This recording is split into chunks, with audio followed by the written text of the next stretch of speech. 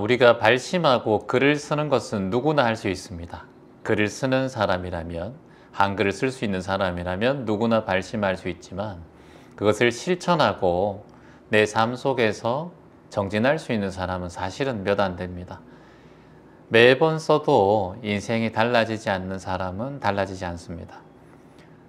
생각과 그리고 말과 쓰는 것, 행동, 그리고 모든 것이 바뀌어야 내 인생이 점차 바뀌게 됩니다. 우리의 인생이 잘 바뀌지 않는 이유는 여러 가지가 있는데요.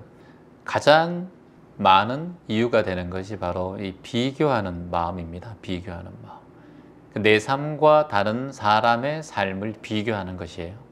여기서부터 우리는 이 괴로움과 우울과 고통이 시작됩니다.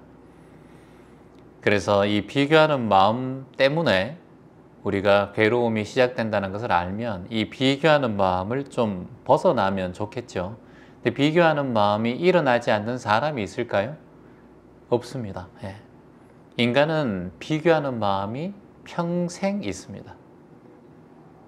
여러분이 우리가 제가 최근에 외삼촌이 이제 떠나셨는데 외삼촌에게 면회를 한번 제가 한 7, 8년 전에 한번 갔었습니다. 거기에 다 이제 돌아가실 분들이 누워 계신 거죠. 누워 계신데 외삼촌이 조금 뇌출을 오랫동안 그래도 계셨어요, 요양원에. 거기 가도 똑같이 병원에 누워서 오늘 내일 해도 외삼촌은 제가 왔다고 우리 내 외조카가 참 대단한 사람이다 자랑하고 있어요. 또 오늘 내일 하는데도 옆에 또 사람 부러워해요. 아이고 우리 손자는 오지도 않는데 하면서 닌겔 놔줘 이러면서 막 이러세요. 아파 마약 놔줘 이러신단 말이에요. 그러니까 내가 곧 오늘 죽어도 비교하는 마음이 일어난다는 거예요. 그쯤 되면은 1년 안 남고 몇 달 안 남았으면 그쯤 되면은 그래 왔어 그래 이렇게 하고 치울 텐데 아이고 우리 손자는 언제 올란고 또 자기 손자랑 비교하는 거예요.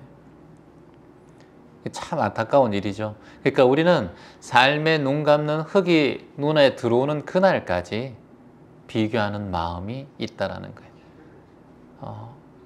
옆집 그 김영감의 수인은 뭐 입혔다던데 오동나무 관했다는데 이런 얘기를 하고 한다는 거예요. 화장해가지고 나는 옷그릇에 좀 담아도 막 이렇게 하고 그냥 보통 자기 말고 도자기에 이렇게 비교한다니까. 그러니까 우리의 삶이 여러분 눈 감는 그날까지 관에 들어가는 그날까지 비교하는 마음이 올라온다는 거예요. 근데 그걸 먼저 인정하자는 거예요. 내가 그것을 비교하는 마음을 일으키지 않겠다라고 하는 거는 그거는 불가능하기 때문에 내가 비교하는 마음이 본래 존재하는구나. 눈 감는 데까지. 인간이란 존재하는구나. 이걸 먼저 인정해야 이걸 바꿀 수가 있어요. 근데 이걸 인정하지 않고 나 또 비교하네. 그럼 자괴감만 들어요. 이때 제일 먼저 우리가 상승하는 게 뭐냐면 자괴감이 올라가면은 자존감이 떨어지게 돼 있어요. 남과 비교하는 순간. 그래서 이 비교하고 열등감에서 좀 벗어나는 습관에서 벗어나는 방법들이 있는데 그 첫 번째가 여러분에게 말씀드린 게 드리고 싶은 게 뭐냐면은 남을 향한 시선보다 먼저 내 자신을 향한 시선을 더 키우는 거예요. 자, 우리는 태어나자마자 유치원 가도 남이 어떤 옷을 입었는가, 초등학교 때도 내 친구가 어떤 신발을 신었는가, 메이크를 신었는가, 나이키를 신었는가, 프로스펙스를 신었는가, 월드컵을 신었는가. 나는 나이스인데 나이스인데 왜 쟤는 나이키냐 이렇게 얘기하잖아요. 그러니까 매 순간마다 비교하는 마음이 어릴 때부터 있었다고요. 그게 습관이 됐을까요? 안 됐을까요? 여러분 습관이 됐죠. 될 수밖에 없었죠. 그게 당연한 우리의 삶이었습니다. 그리고 여러분이 들으신 많은 얘기가 부모님한테 들은 게 옆집 아이는 윗집 아이는 저는 동네에 아무도 안 살았으면 좋았어요. 옆집 아이, 뒷집 아이, 밑집 아이, 윗동네 아이 아무도 없었으면 좋겠어요. 사막에 살았으면 좋겠었어요. 어릴 때. 항상 윗집 아이, 아랫집 아이 계속 얘기해가지고 그만큼 우리는 항상 부모님한테 그런 얘기를 들었죠. 그리고 두 번째, 저는 이남이 있는데 형은 어땠고 누나는 어땠고 여동생은 어떻고 이 얘기를 우리가 어릴 때부터 들어왔어요. 그래서 우리는 비교하는 마음의 업이 우리의 마음속에 이미 자리 잡아 있기 때문에 이게 우리가 30, 40년, 50년 동안 됐기 때문에 쉽게 바꿀 수가 없다라는 거죠. 그렇다고 해서 엄마가 금이야 오기야 키워가지고 외동딸로 잘 키워가지고 그런 애는 비교가 없을까요? 사회에 딱 나와보세요. 세상에 나보다 더 예쁘고 나보다 더 날씬하고 나보다 더 키가 크고 예쁘고 나보다 더 좋은 부모 밑에서 자란 아이는 분명히 존재합니다. 그럼 그때 또 비교하는 마음이 올라와요. 그래서 이게 내가 금이야 오기야 자식을 비교 안 한다 하더라도 동네에서 비교를 안 했다 하더라도 사회에 나오게 되면 나보다 또 비교할 대상이 생기기 때문에 우리는 눈 감는 그날까지 이 비교하던 마음은 사라지지 않는다는 걸 먼저 인정해야 된다. 이걸 알면 됩니다. 이게 첫 번째고요. 두 번째는 이걸 알고 난 다음부터는 내가 바깥으로 향한 시선이 있을수록 나는 비교하는 마음이 올라오니까 그 바깥으로 향한 시선을 예전에는 80이었다면 내 스스로를 향하는 걸 10%, 20%도 없었잖아요. 우리는 명상을 몰랐기 때문에. 이게 내 문제라는 게 모르고 내 부모 문제였고 내 주변의 문제였고 돈 문제였다고 생각했지 내 문제라는 것을 한 번도 마음 공부하기 전에는 배우지 못했어요. 그래서 이걸 어떻게 하느냐. 두 번째는 뭐다? 바로 시선을 내 안으로 돌리는 거예요. 내 안으로 돌리는 거예요. 그러니까 바깥으로 향한 시선이 우리가 본래 어릴 때부터 8, 90% 이상 많았기 때문에 이제는 내 마음으로 돌리는 훈련을 해야 돼요. 이건 훈련이 필요해요.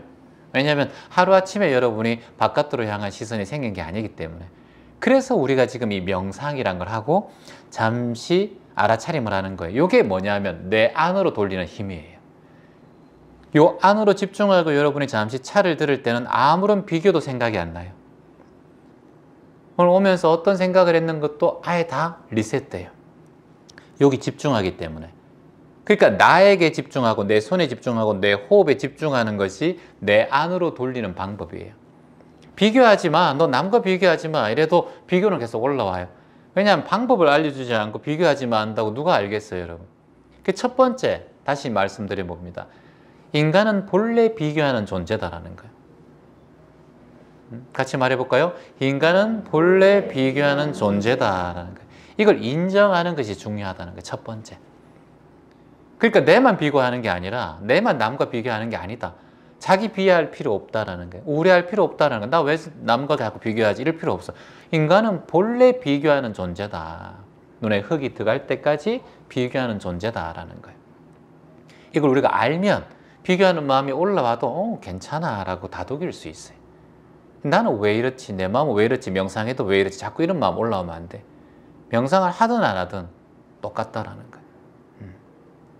그거는 비교하는 마음은 인간의 본연의 본능이기 때문에. 그래서 비교하는 마음 올라오는 게 딱 알아차리고 첫 번째. 그리고 두 번째는 무엇이다? 바로 바깥으로 향한 시선을 우리가 어릴 때부터 해왔으니까 내 안으로 되돌리는 연습을 한다는 거예요. 이게 뭐다? 알아차림이에요. 마음 공부고 공부예요. 이렇게. 잠시 여러분들이 차로 손이 갔을 때 여러분의 생각이 일어났나요? 차로 손이 가는데 저 차가 좀 더 많은 것 같은데 저 차잔 더 예쁜데 이런 생각이 일어났나요, 여러분? 안 일어났죠. 안 일어났다니까요. 홍시 드시고 알아차리고 드시는데 저 홍시가 더 맛있겠는데 이런 안 일어나죠. 여러분이 시장 가서 구매를 할 때 일어나요. 그쵸? 비교하는 마음. 요 홍시가 더 맞겠네. 요 소쿠리가 더 많은 것 같은데 요거 고르잖아요. 유통기간 보면서 다 고르잖아요. 이게. 근데 지금 여러분들이 제 앞에서 같이 알아차림하면서 이렇게 소리 들으면서 할 때는 비교하는 마음은 안 일어나고 온전히 내 홍시에만 집중하잖아요. 그쵸? 바로 그거예요. 여러분이 하나에 집중하고 알아차림하면 다른 게 전혀 안 보여요. 그래서 내 세상이 만들어져요.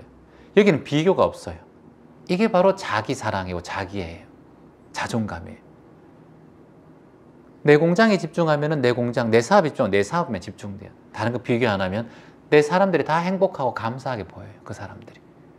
다른 사람하고 딱 비교하고 다른 게 비교하는 순간 에고가 올라오게 돼요.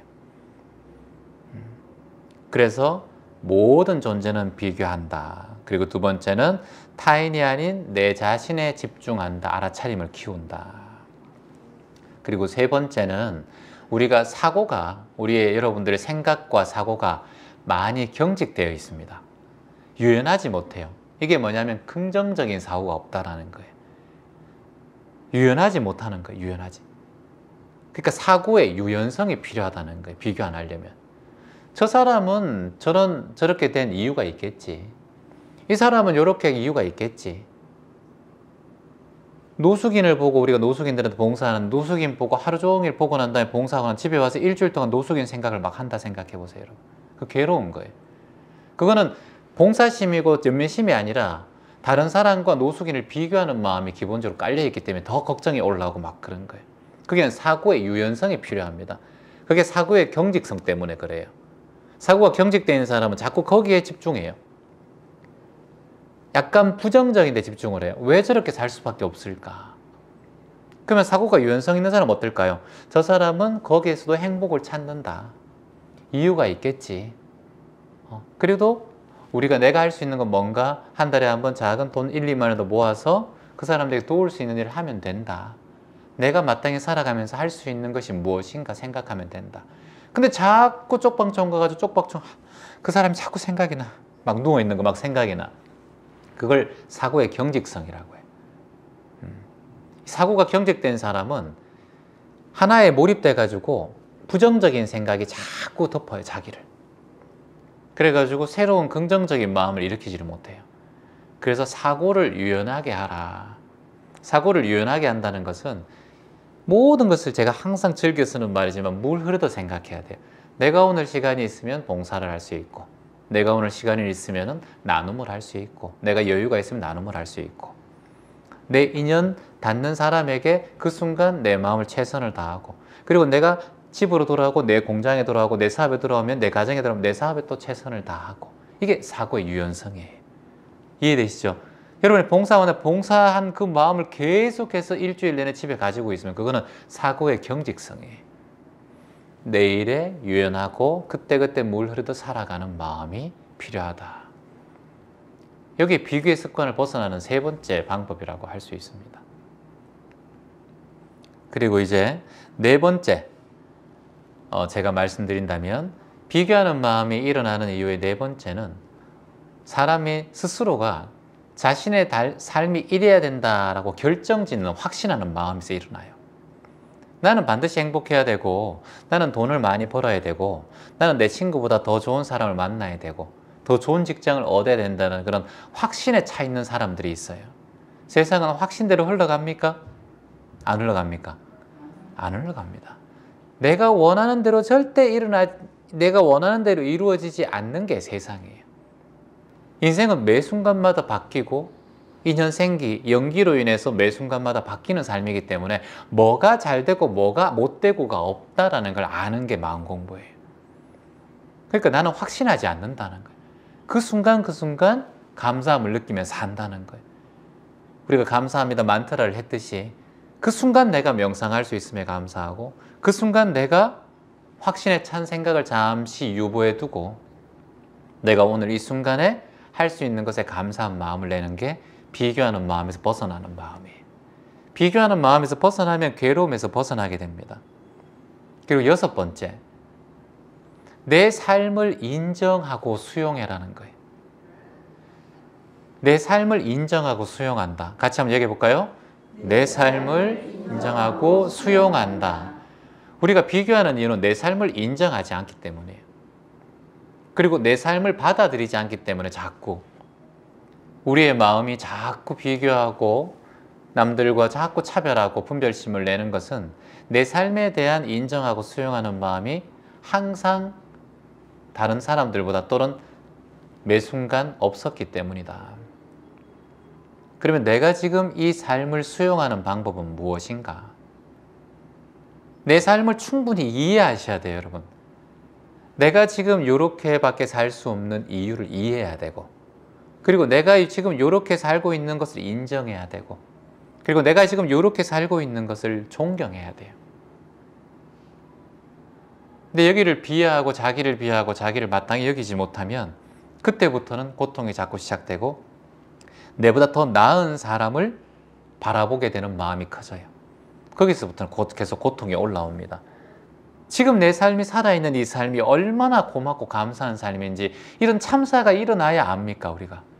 그래서 내 자신의 삶을 인정하고 수용한다. 이게 우리가 지금 다섯 번째 함께 해야 될 마음입니다.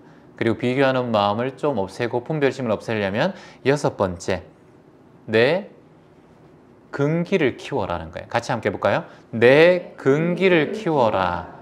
근기라는 것은 마음의 뿌리, 마음의 그릇을 얘기합니다. 이걸 키우려면 어떻게 해야 되느냐? 바로 내가 가진 것을 조금 나누고 내가 힘이 있을 때 조금 봉사하면 돼요. 이러면 내 삶의 의미가 굉장히 커져요. 작은 쓰레기 하나 줍고 내가 할 수 있는 대로 내 눈에 보이는 봉사 행사나 봉사 나눔이라는 게 있으면 조금씩 해보는 거예요. 100만 원을 번다면 딱 한 달에 5천 원도 좋고 이렇게 작게 해보는 거예요. 그러면 마음의 근기와 뿌리가 커져요, 여러분. 이러면 남과 비교하는 것보다 내가 누군가에게 도움이 되는 삶을 살고 있다는 데 굉장히 보람을 느낍니다. 나 그래도 뭐 3년 전부터 5천 원씩 나눔하고 있어, 매달. 백수지만 예를 들어서 이런 마음이 자신에 대한 자존감을 엄청 올려요. 이걸 해보지 않아서 5천 원이 무슨 도움이 되겠어, 해보지 않아서 그런데 사실 여러분들이 조금씩 나눔과 봉사를 하게 되면 내 마음의 그릇이 엄청나게 커지고 그리고 삶에 대한 기쁨이 조금 작은 기쁨들이 느끼게 됩니다. 그러면 비교하는 것보다 내가 할 수 있는 일이 있다는 게 만족을 해요. 그러니까 나는 지금 돈이 없는데 나 오늘 서울역 가서 노숙인분들 포장하고 있어. 그러면 하루 돌아오는 거 몸은 조금 찌뿌둥하지만 2-3시간에 내 하루에 내 몸과 에너지를 사람들에게 어떤 얘기에 도움이 됐다라는 거예요. 이게 뭐냐면 내 마음의 근기를 키우는 일이에요. 그래서 어릴 때부터 이 봉사를 자꾸 시키는 학교들이 되게 많습니다. 이게 뭐냐면 아이들의 마음을 키우고 아이들의 뿌리를 키우는, 마음의 뿌리를 키우는 그런 마음입니다. 그래서 여러분께서 살아가면서 내 조금 몸이 건강할 때, 조금 돈이 있을 때, 담은 몇천 원이라도 조금 건강할 때 한 달에 1-2시간이라도 내가 봉사 좀 해보자, 이런 마음을 내면은 마음의 근기가 커지고 그리고 여러분의 의식이 확장이 돼요.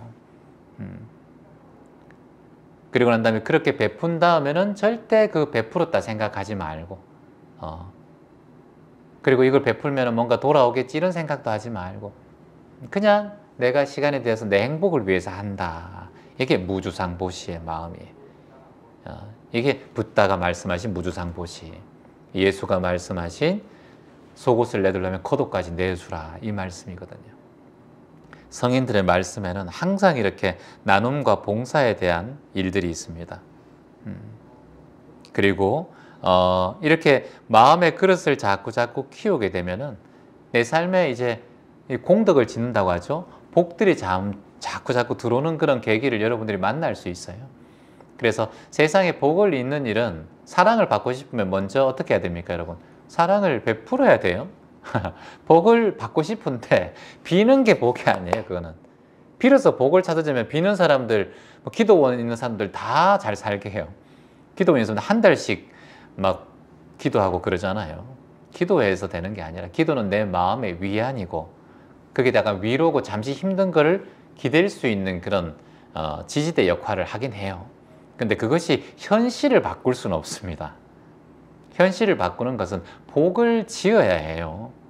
여러분 주변에 A와 B가 있는데 전혀 모르는 사람인데 아파트에 사는데 A, B 보는 데마다 여러분들이 재활용 쓰레기를 보러 가는데 A, B가 있어요. 근데 A 내려가면 A 사람은 항상 가면은 그 경비원 아저씨하고 뭐 종량제 봉투를 좀 도와주고 막 무게를 이렇게 해줘요. 근데 B 사람은 훅 던지고 가요. 근데 여러분들이 예를 들어서 봤다. 내가 먹을 게 있다. 누구한테 뭐 하나 주고 싶어요? A한테 주고 싶죠. 그게 사람의 마음 아닙니까? 그게 인의예지. 유교에서는 그걸 인의예지라고 해요. 공자가 말씀하신 유교에서는 인의예지란 말이에요. 인이 뭐예요? 사랑이란 말이에요. 사랑. 세상은 사랑을 베풀면 사랑이 돌아온다는 거예요. 의는 뭐예요? 의리라는 거예요. 내 아파트 독립뿐만 아니라 모든 사람이 같이 함께 잘 살 수 있도록 의리 있게 도와주는 마음이잖아요. 내 것만이 아니잖아요. 그게 의라는 거예요. 예는 뭐예요? 예의란 말이에요. 내가 예의를 지키잖아요. 내 거 툭 던지고 가는 게 아니라 물론 아파트 관리비를 주기 때문에 그렇게 해도 돼요. 되는데 하나하나 경비원 아저씨가 나이가 더 많잖아요. 보통. 그러면 그 아저씨 돕는 일에 조금 시간이 나면 내가 예의를 갖춰서 어르신에게 돕는 마음이 있는 거예요. 예인 거예요. 그럼 마지막에 지잖아요. 그게 지혜라는 거예요. 그래서 유교에서도 인의예지 공자가 이걸 굉장히 중요하게 생각했지 않습니까? 살아가는 모든 것이 인의 예지만 잘 지켜도 복을 받아요, 여러분. 안 그렇겠어요? 제가 홍시가 많다고 하면 그분한테 홍시 하나 더 주고 싶겠죠. 이렇게 예를 들어서 물질이 돌아오는, 공덕이 돌아오는 원리도 이렇게 딱 항상 선명하게 우리의 삶에서 딱 보인다라는 거예요. 그 마음의 근기를 키워서 나눔과 봉사, 수행 정진을 하고 인의 예지를 지켜서 항상 매 순간마다 도울 일이 무엇인가 이렇게 마음을 내는 것이 우리가 삶의 괴로움에서 벗어나고 복을 받는 일이라고 할 수 있습니다. 그리고 또 하나 말씀드린다면은 성공하는 사람들이 되고 난 다음에 또 비난받는 사람이 많아요, 없어요? 많습니다. 그러니까 여러분들이 조금 올라가다가 비교하는 마음이 좀 떨어지고 점차 조금씩 뭔가 잘하고 성공하는 궤도로 가게 된다고 생각하면, 돈이 좀 벌리고 한다면 그때부터 가장 중요하게 생각해야 되는 게 바로 두 글자가 있어요. 바로 겸손입니다. 겸손. 겸손이에요. 그래서 겸손과 성공은 하나입니다, 여러분. 여기서 말하는 것은 그냥 돈 많이 버는 성공이 얘기하는 게 아니라 여러분이 진짜 존경하는 성공된 사람을 얘기하는 거예요. 길이 돈 많이 벌어서가 아니라 존경받는 성공된 삶을 사는 사람. 그래서 겸손과 성공은 항상 하나다라는 거예요. 겸손과 성공은 하나다. 한번 해볼까요? 겸손과 성공은 하나다. 다시 한번요. 겸손과 성공은 하나다. 자, 그리고 이런 마음이 일어납니다. 비교하는 마음에서 근본적으로 일어나는 마음 중에서 나에게 왜 이런 일이 생겼을까? 이런 마음이 올라올 때가 있어요. 비교하는 마음이 자꾸 올라올 때. 왜 나만 이런 아픈 마음이 일어날까? 왜 나는 이 처지에 있을까? 이런 마음이 자꾸 생겨요. 나는 왜 이런 마음이 자꾸 생길까? 나에게 왜 이런 일이 생길까? 왜 이렇게 참혹하고 비통한 일이 자꾸 생길까? 이렇게 생각하잖아요. 이 마음이 어떻게 바꿔야 되냐? 우리가 죽기 전까지는 목숨이 있고 목숨이 달려있는 상황까지는 이 말을 하셔야 됩니다. 여러분이 예를 들어서 내가 뭔가 다쳤어요. 여기 나가다가 뭐 다리가 톡 해서 뭐 부러졌어. 그러면 이게 뭐야? 나 오늘 법문 듣고 명상하러 왔다가 좋은 마음 먹고 왔다가 다리가 이렇게 됐네? 이게 아니라 법문 듣고 공부하러 왔다가 무릎에 안 부러지지 다행인 거예요. 발가락이 부러졌으니까. 이런 마음을 내야 된다는 거예요. 근데 내가 비통하고 참혹한 마음을, 이걸 두 글자로 참척이라고 하는데, 참척한 마음을 참척심이라고 하는데, 이런 마음을 자꾸 내요. 왜 내한테 이런 일이 나? 왜 나에게 비통한 일이 일어나? 왜 내 가정은 이런 상황이야? 왜 내 아버지는 이런 말을 해야 돼, 나에게? 내 배우자는 왜 이렇게 화를 내? 나는 왜 이런 존재를 만났어? 내가 초이스했는데 왜 이래? 이런 마음을 자꾸 내요. 그런데 이 마음이 딱 올라오면 어떻게 해야 되느냐? 여러분 따라해 보셔야 됩니다. 나에게도 이런 일이 생길 수 있어. 이 말을 하셔야 돼요.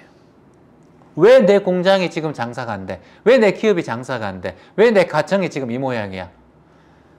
내 삶에도 이런 일이 생길 수 있다는 걸 아셔야 된다는 거예요. 왜 내만 그런 일이 일어나면 안 된다고 생각하냐고요. 그게 뭐냐? 남과 비교하는 마음이에요. 남들은 저렇게 잘 사는 것 같은데 왜 나는 여기에 머물러야 돼? 자꾸 이런 마음이 일어나는 거예요. 나도 이렇게 살 수 있구나. 내가 이렇게 다칠 수 있구나. 나도 이런 사고를 당할 수 있구나. 충분히 이럴 수 있다는 마음을 본인이 매 순간마다 알아야 돼요. 목숨이 붙어 있는 것에 감사하고, 그래도 살아있구나. 나에게 충분히 이런 일이 일어날 수 있구나. 이렇게 마음을 탁 내야 돼요. 그래서 여러분들께서 큰 일을 당하고 혹여나 마음이 힘든 일을 참척한 이런 일을 당한다 하더라도 나에게 이런 일이 일어날 수 있어.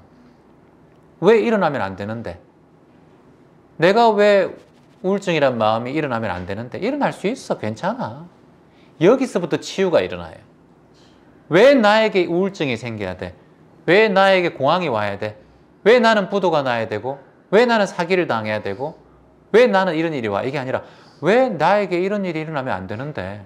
일어날 수 있어. 왜 나에게 우울증이 생기면 안 되는데?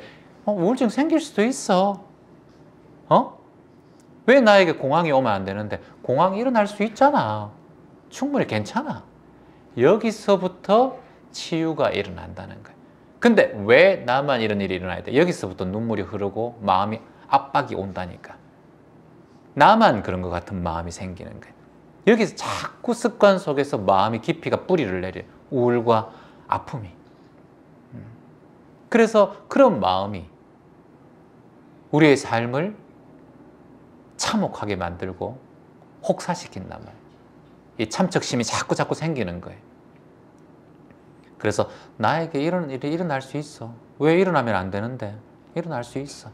거기서부터 나를 다독이고 다시 시작하는 발돋움을 할 수 있어요.